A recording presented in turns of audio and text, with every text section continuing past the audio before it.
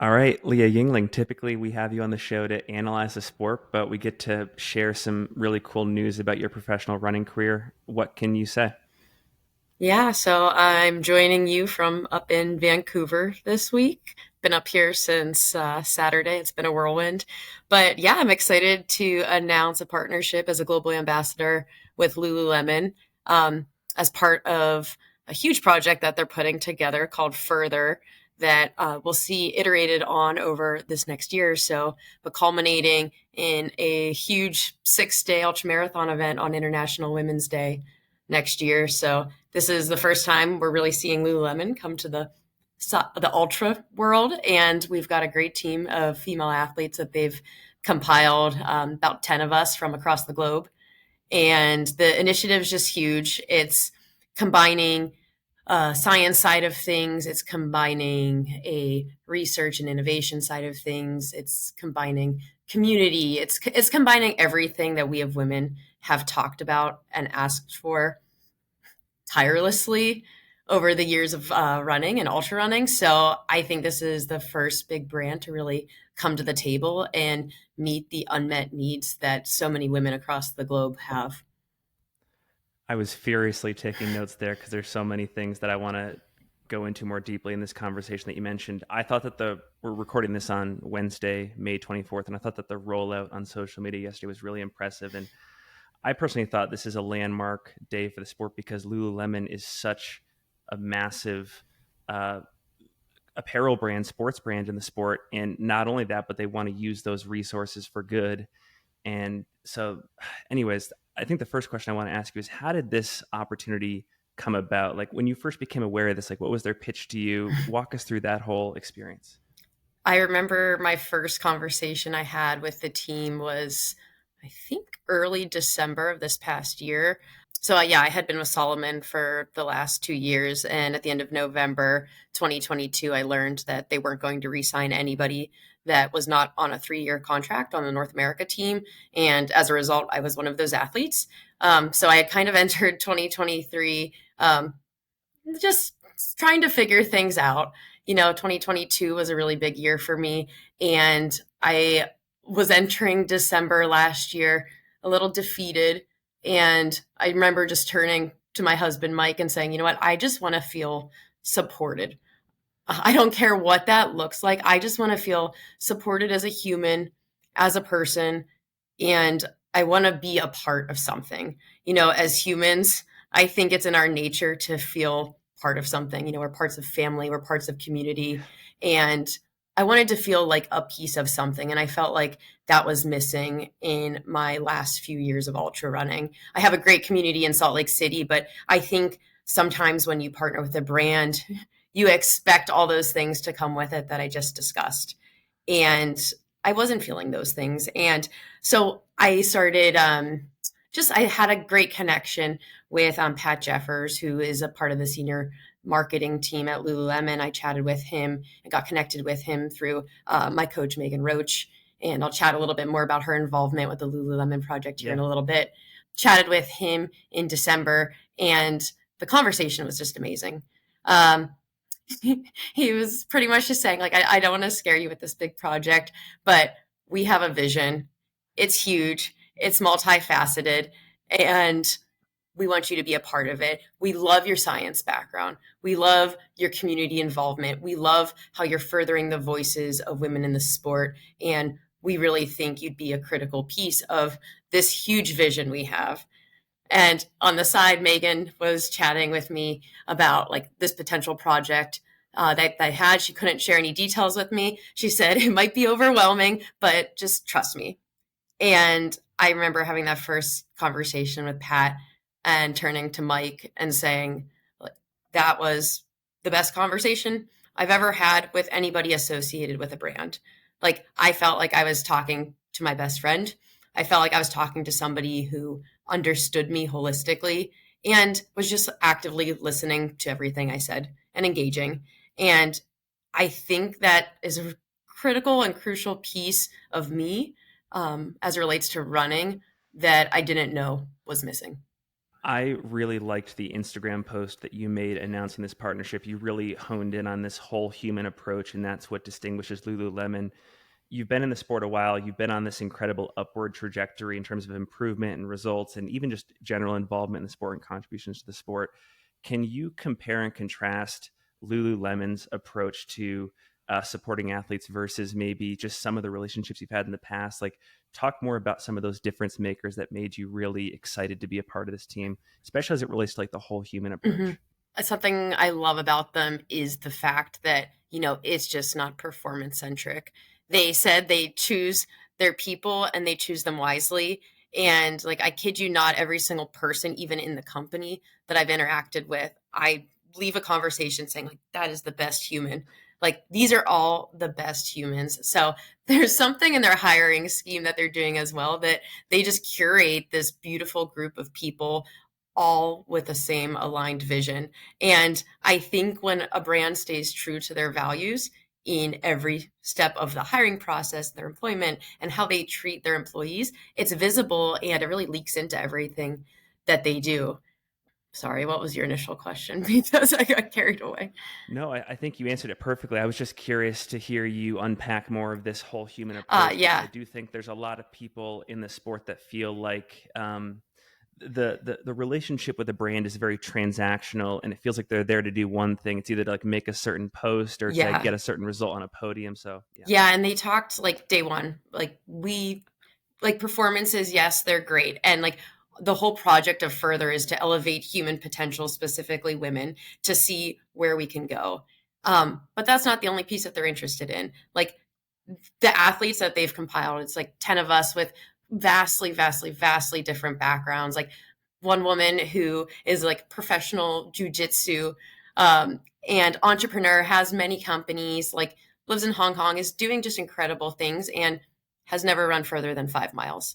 There's Myrna Valerio, who's an author, ultra marathoner, just huge representative for women in the sport when they get pushed down based on their body size, based on what they look like, based on just all the barriers that they're facing. Um, so yeah, I think it speaks to the people that they have on the team.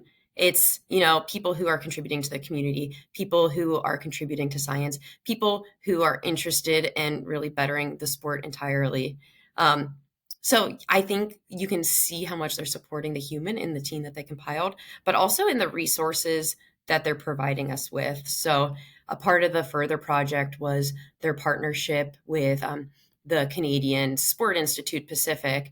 And what they're looking at is implementing a research protocol that involves all the Further athletes, and then eventually will expand larger than just the Further athletes, but also giving us the resources. So whether it's mental performance, whether it's nutrition counseling, whether it's strength and conditioning, giving us all those resources, and then having consistent calls with their team to see how we're tracking, see how we're doing. So taking away a lot of the barriers that women historically face in ultra running, and seeing how far they can go when they're given a lot of the resources that are often given to men and not catered to women.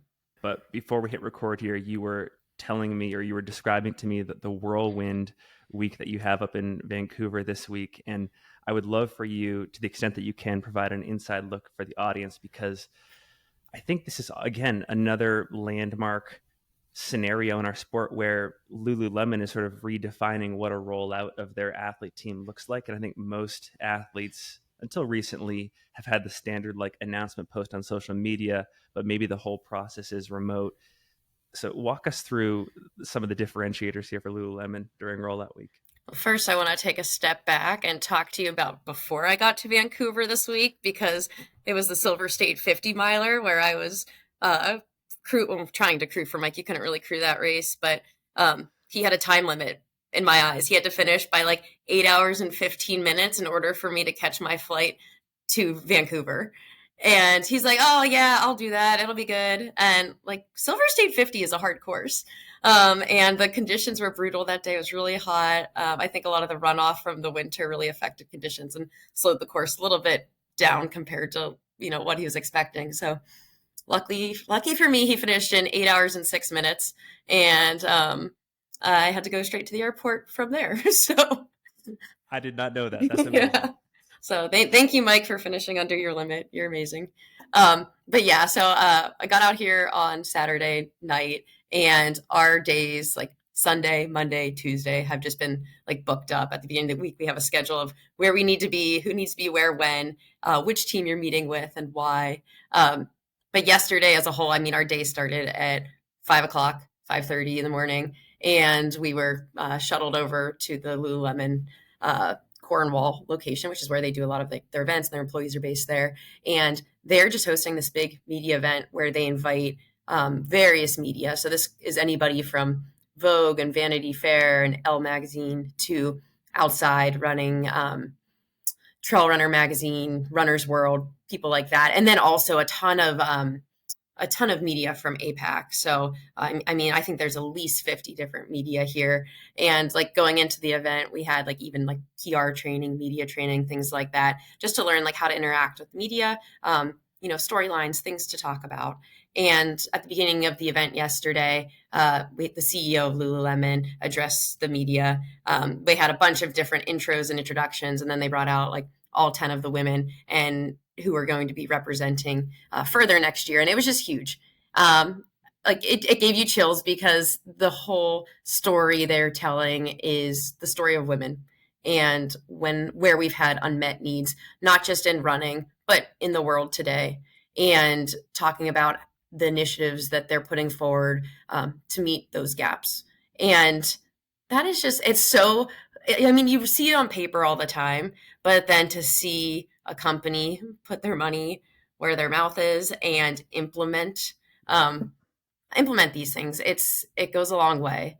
And I think like all day long we were just on a complete high. I mean, Monday was all the pictures that you saw go out yesterday were taken Monday.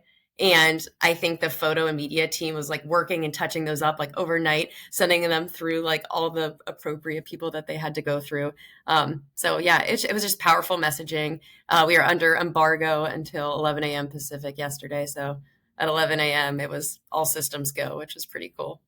So one of the things you mentioned earlier in the conversation is that Lululemon has identified that until very recently, the whole trail running space has sort of been catered towards or built for men, whether it's research or events or apparel, sponsorship, you name it, go down the line. It's been this male built for world, and Lululemon and other companies are trying to break that paradigm. I pulled this quote from the press release from yesterday. It says, "It's time for the research to catch up to female ultra runners." So talk more about this research program that you identified earlier, and maybe some of the things that they might specifically be studying in the years to come, like with you and the other athletes on the team. Yeah, so a lot of the research that currently exists, it's often mixed male and female, but I think they recently performed a literature search and was looking at female only research in sports science. And I think it was only 4 to 13% of research articles focused on a female only population. So oftentimes we're not getting that female only perspective. And like our bodies are different. You know, we have a menstrual cycle, men don't. That impacts us in the way we run. Our like fat oxidation is different than men. That impacts like our fatigue resistance and how we race. So something that the Canadian Sports Institute is looking at is various things. But as we see the distance get longer in ultra marathons, we see the gap in female and male performance get smaller. So understanding why that is, and it could be a variety of things. It could be our composition. It could be what's above our neck. So it could be our minds, our psychology. So understanding why that gap decreases, and at what point do we meet men directly or exceed them. So understanding it from a muscular fatigue level. We last month when I was out here 2 months ago, we did VO2 max testing to get baseline. We might put together the lead scientist of this project is Trent Stellingwerf, and he's just huge in the sports science world. He did a lot of research in the triathlon side of things for years and is an expert in REDS for women particularly. So we've done a ton of like female health specific research just in our short time with the project. So we've done DEXA scans, we've done our VO2 max testing, we've done body scans, we've done a ton of things, and we're going to be tracking them all this year into next year, and then hopefully putting together a protocol too that takes place during the 6-day event next year on International Women's Day, to take different metrics and whatnot. So yeah, really trying to understand the female as a whole, from mind, body, heart, soul. It's just incredible. And then they're going to, with all of this research, they're going to be contributing to the academic literature out there. So not, it won't just be you and the rest of the team that benefits, but there's going to be all of this literature out there for coaches like, the Roches, Brett, anybody else that is coaching Yep. female athletes. They'll now have this body of literature to better inform the way they help build athletes in the sport. Yep, totally. So they're going to start publishing in March 2024, probably some of their preliminary case study data. So an example of a study that we did when I was out here in April was like we did a VO2 max test one day, and the next day we did a fatigued VO2 max test. So we did a 2-hour run and then did another VO2 max test to really understand, how do these differ whenever you're fatigued and whenever you're fresh. And the results are pretty interesting because he had some hypothesis with ultramarathoners and what you'd see in a test like that. And I think they proved that pretty well. I think this is a great conversation because there's probably a fair number of people in the audience that get skeptical when a large brand enters into the sport. But as you're describing here, they are coming into the sport with very good intentions and they're on the ground level doing tangible research and helping move the sport forward in a very concrete way. So I think this is awesome. I also think, as you mentioned earlier, this is kind of a new paradigm. I know that the Adidas Terex team has done this, but you mentioned that in addition to all of the apparel support and race support, you're equipped with nutritional counseling, strength coaching. You meet with your team regularly. There's a mental performance coach. Mm-hmm. Like you're going to have a mental performance meeting later today. Mm-hmm. So talk more about any of those facets because this seems like a new paradigm that's been developing in the last few years around sponsored athletes in the sport. Yeah, it's really cool, especially whenever it's all in-house. We've formed a team, like you mentioned, with mental performance host Charlene Hoare, who works for the Canadian Sport Institute, and the nutritionist, her name's Susan, and then Trent. Trent kind of like heads this team, and then he's even invited my coach into the conversations too. So he has a really close research relationship with Megan Roach, who's been a consultant on the project as well, which I think has informed a lot of the science that's going on as well, just because she's an expert in the female specific side of endurance running as well when it comes to not just the training, but also the research. So yeah, we've had like team conversations and we've gone through like the data that they've found from like my DEXA scan. And I had some labs taken last time I was out here and we had a conversation regarding like what my iron numbers look like, what my red, if I had any red symptoms, things like that. So yeah, being able to do that from even a care team perspective and a science team perspective, like that's huge. And we make changes and adapt as needed. Lucky for me, nothing was too alarming in my data, but like if there was, Trent guides the team and figures out like what resources are needed to make sure you're not only like you're feeling your best and like you're performing your best at the same time. Let's talk about further for a second. So I'm curious on multiple fronts. The first is like in terms of like an event, the promotion of it, all that kind of stuff. Is it going to look like a Hoka Carbon X type thing? Is it going to be its own individual experience? Walk us through like what it's all about, how it's going to look. And then maybe after that, we can talk about like what your plans are in terms of record breaking. Yeah, we're still keeping a lot of the specifics under wraps until next year, but it will be a 6-day event. And the goal is for every person to have a different goal, and see how far they can go. So perhaps for Camille, that's something like going after the 6-day, all around world record for that event. And for other people, I think there's one gal from China. Her goal is to go a marathon a day. Another girl's is to do 100K. So yeah, everybody has a variety of different goals, which I think is really cool. And I think it's going to allow for really great storytelling too, because each person is unique. They've got their own story. They've got their own history with running, and it's going to be a lot of exciting people to get behind. So that piece is really exciting. We're not going to share like the location or the exact course quite yet, but we're going to have like our research team there as well to be performing different types of studies and measurements throughout the case as well. And what's really cool is a lot of the products that we'll be testing and wearing in this event will then be iterated on and eventually inform a lot of the fabric the clothing design that they perform for their future lines. I think before we get into your racing schedule and your training for this year, I want to recount any sort of fun stories or interesting interactions you've had with Lululemon. Like you were mentioning a couple weeks back offline that there were a couple members of the team that are just they're fascinated by our sport and they want to be on the ground level, like experiencing. So like one of them even volunteered to be a part of your crew at Western. So talk about any fun stories with Lululemon to date. Yeah, so I think one of my favorite stories, and I wasn't even at Javelina last year, but like one of their directors of research, Chantel, was actually at Javelina 100 last year, observing from the bleachers and watching the race unfold. A lot of the people involved with the project don't have a background in ultramarathons, so I just love the fact that there are flies on the wall at Javelina, watching the whole race go down. Like they saw Steph Flippin.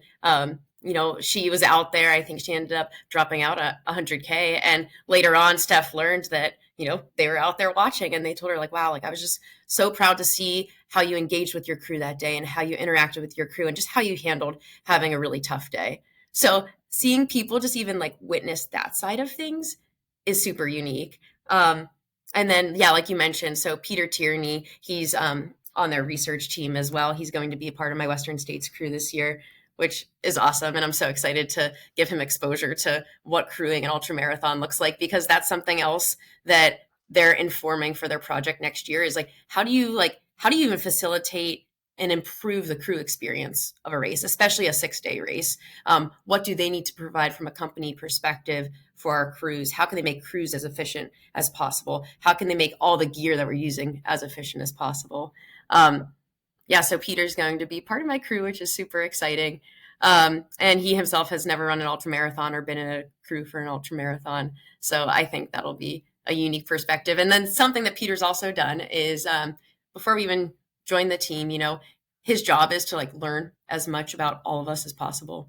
So, I mean, before I even met him, he knew what my race mantras were. He knew like the podcast I've been on. He's listened to like every single track episode that we've done just to like learn as much as he could about me to inform, the gear that they're making and the way that they're approaching like interactions with me, engagements with me, and things like that.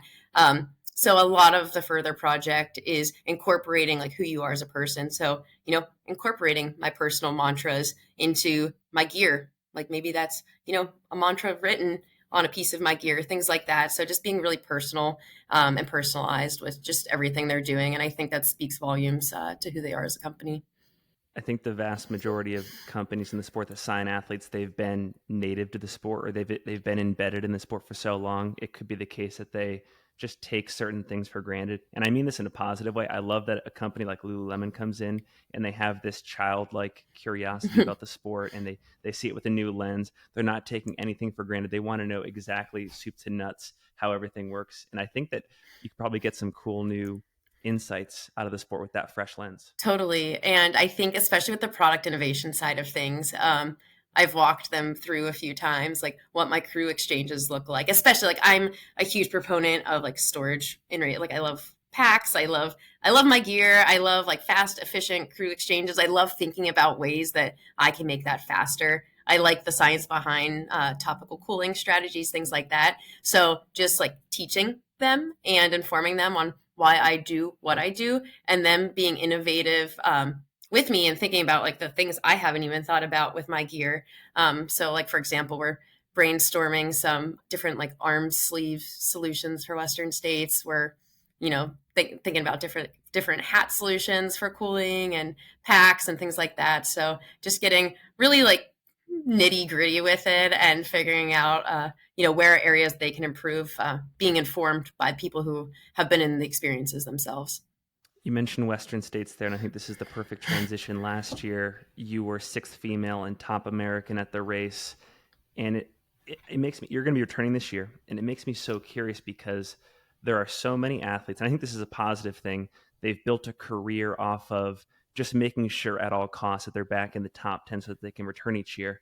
And I think that there's something noble in that. But I also know that just knowing you as a runner, I think a lot of us believe you have a chance to be on the podium at that race and maybe even more. So talk about your approach to this year's race. Like, are you thinking about it in terms of similar execution? Do you want to take more risks? Where are you at with it right now? I'm so excited. Yeah, I feel like I haven't been this excited about a race in a long time, which I think is a good place for me. 2022 was just a lot of racing in general, which I liked and I thrived on, and it led to some really great results for me, which I do not regret whatsoever. But I think taking a step back from racing in 2023 has just really ignited my fire and given me the opportunity to put in like a nice chunky block of training, which is something I said last year. I was like, I just want to feel like I have a really great block of training to reflect back on, because I was in this cycle of taper, race, recover, and I was never, doing these pretty looking blocks of training on Strava. Not that you need those, but like sometimes that gives you a little bit of confidence. Uh, yeah, so this year I remember leaving Western States last year saying like that was the best race of my life. I executed it perfectly. I had no lows. And I don't think I can say that. I mean, I really can't say that about many races. So being able to run Western States for the first time, having zero lows and just having a picture perfect experience, like why would you want to return? I think for me, I know I can get more out of myself. Like I run conservatively. I like to move my way up in the field in the second half of the race. I run that way every race, and it works well for me. And anytime I've kind of veered off that path, I've either had a terrible day or just things don't go as well. So this year I am interested in racing like a little bit different. But I mean, if you've spent any time on Twitter this last week, you've seen what the snow looks like up at Robinson Flat right now. So the course is going to be wild, and I like wild. I'm very excited. So we'll see. I think I'll pace it. I don't know. I think I'll pace it pretty similarly to last year. I just know what I can do from Forest Hill to the finish, and I know what I did last year. And my goal this year is to run faster than I did that section last year. I remember you were telling myself and Brett a few weeks back that when you were getting ready for the 2022 race, you had looked at people like Camellia Mayfield and their execution in years past, and you kind of took bits and pieces of that into your strategy. Are there any other runners in the sport that have had these great days at Western that fascinate you that you would want to copy to some extent for this year as you think about either replicating what you did last year or even making slight improvements? Yeah, one of my favorite stats that I found last year about my own race was that, like, I think it was Marianne in Luja. We ran the exact same time from like mile 30 to the finish. They just got to mile 30 like 30 minutes before I did, which is bonkers in my mind. So I think for me, a lot of the time I have to gain is in that first 30. However, I really think this year is going to be different. 2017 was a pretty comparable snow year, and every person you've talked to that runs ran that race, you never really hear them saying it wasn't that bad. So I have a feeling it was pretty bad, and like the snow really did impact their days quite a bit. So yeah, it's going to be really hard to formulate a plan. Personally, like I think I won't think much about a plan in terms of timing until the last 50 miles or 40 miles or so. Like personally, I would love to just run similarly to how I did in the last 40 this year. And, maybe that means I'm an hour slower because conditions are that much slower this year. Who knows? So I think if I'm going in with any time goals, I might be shooting myself in the foot given how tough the conditions are going to be this year. When you look at the women's field from last year versus the women's field this year, is there anything different about the dynamics of this year's race that might influence your strategy at all? Good question. Um, I nobody in the top four on the women's side is returning. So Emily Hawgood is the top returning finisher from last year, and then I'm the second top returning Yeah, finisher, yeah. um, which is that's pretty unique. I mean, but we've got a lot of people in the back half of the top 10 that are all returning. So I think roughly everybody who was in 5 through 10 is returning. But we've got a lot of people coming to the race this year, Courtney, Ida, Keely, Heather Jackson, who are just like Katie super Scheid. fast and like Katie Scheid, geez, yeah, who just like to race. And shout out to Katie Scheid. She just threw down a back to back to back long run session this week. Amazing, That's amazing. bonkers. So I'm super, super excited to see how she does at Western States this year. I think she's on fire, and I'm really excited to see how all the training she's doing on course comes out to play on race day. But yeah, I think that's going to be an interesting dynamic. Is like, I'm not one of those people that I don't want to be in the mix at Robinson Flat, frankly. But I do think this year, rather than being in, 20th at Robinson Flat like I was last year, maybe I'm closer to like the back of the top 10. At Robinson Flat, I really, really enjoy snow running. I do a lot of it in the winter in Salt Lake. I'm super familiar with it, super used to it. And I think training through the winter that we just had in Salt Lake actually like caters to my skill set quite a bit for what we'll see at Western States this year. So I wouldn't be surprised if I'm in the back half of the top 10 at Robinson Flat. And yeah, maybe I'll make a I run far tweet this year. I don't think I made one until I crossed the river last year in the top. Were there any unknowns that you had heading into last year's race that you have since solved for or become confident about that you're kind of utilizing to your strength heading into this year's event? Like it could be something about the course, it could be something about heat management, execution, anything. Yeah, I remember approaching Western States last year, and like my race conversation with Megan the day prior was, she's like, "How are you feeling?" I was like, honestly, like not as excited as everybody around me, and I felt like that was incorrect. Like I felt like my energy needed to match the energy that is lining up for your first Western States. But I think it was because I felt so prepared. And I told her, like, I just feel so pragmatic about this. I feel like all I need to do is execute. And like I had a plan, I followed it, it went well, and that was really, really exciting. Um, I think because it went well for me last year, I'll follow things very similarly. One of the big standouts to me last year was like I did not feel hot once, which is my goal this year is to not feel That's hot amazing. once. Yes. So I think if I do the same things I did last year in that respect, and like I don't get greedy with it. Like I think this year is going to be different in that we're not going to be able to have crew at Duncan Canyon and Dusty Corners, and those are pretty critical spots, especially if you're trying to be like efficient and fast. My goal is to just like take care of myself all day. I kind of chant that to myself in my head whenever I'm on these like longer stretches without crew out there. Is just like take care of yourself, because that's really all you can do in those situations. It's like, one foot in front of the other, and like you're responsible for yourself. So just gonna keep doing what I do and do a lot of that this year, because I do think the added challenge of not having crew at certain spots could be a hindrance. But I think if I don't look at it that way, it'll be okay. If I understand correctly, you are attempting the fabled Western States UTMB double this summer, two of the most important, probably the most important events in our sport. I've always sort of put you on a pedestal as one of the most prepared professional runners in our sport. Like nobody does a better job of preparing for a race than you do, in my opinion, studying the course, etc. So what is your approach to this double? Like where are you drawing confidence from? What are you studying? Take it wherever you want. Yeah, I last year I was also signed up for both Western States and UTMB, and I told myself going into Western States, like, do not think about UTMB. That was advice that Claire Gallagher had given me like 2 days prior to the race, was like, don't think about anything else that is lingering on your schedule, because when the going gets tough in a race, it's really easy to give yourself an out. And she's like, if you have another race lined up on the schedule, that's going to be an easy out. You're like, oh, I'm having a bad day.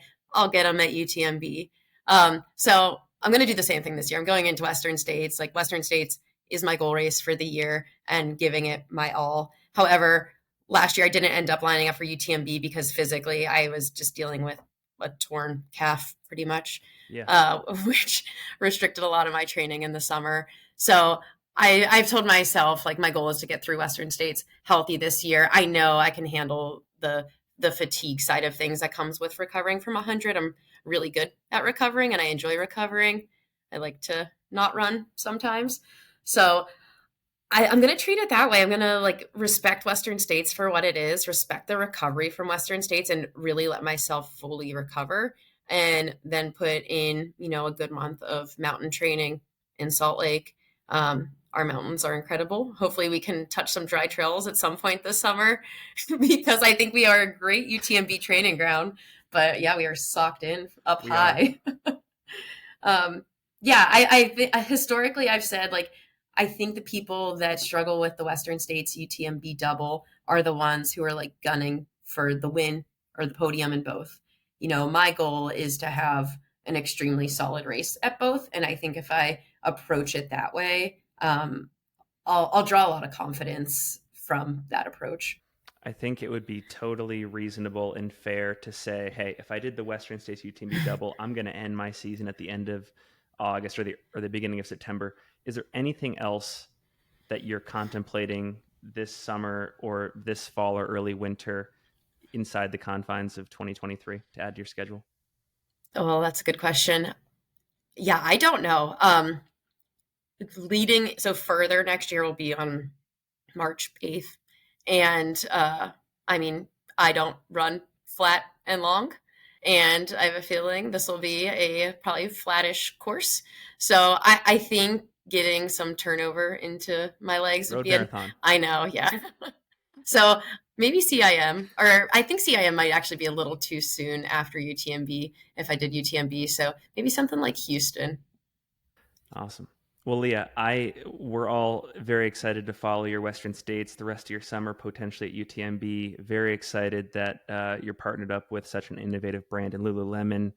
Before we go, do you have any calls to action around any projects that Lululemon is working on, or any final thoughts for the audience? Oh, yeah, they're actually launching a Strava challenge. I think they started it yesterday. And if we all hit like a cumulative number of Strava miles by a certain point as a whole community, they are donating $1 million to the Girls Opportunity Alliance, which is awesome. It's a Obama Wow. organization that empowers education for adolescent women through education and well-being tools, which I think is just incredible. So yeah, investing in the whole human, you know, starting young and well through adulthood. So I can get behind that.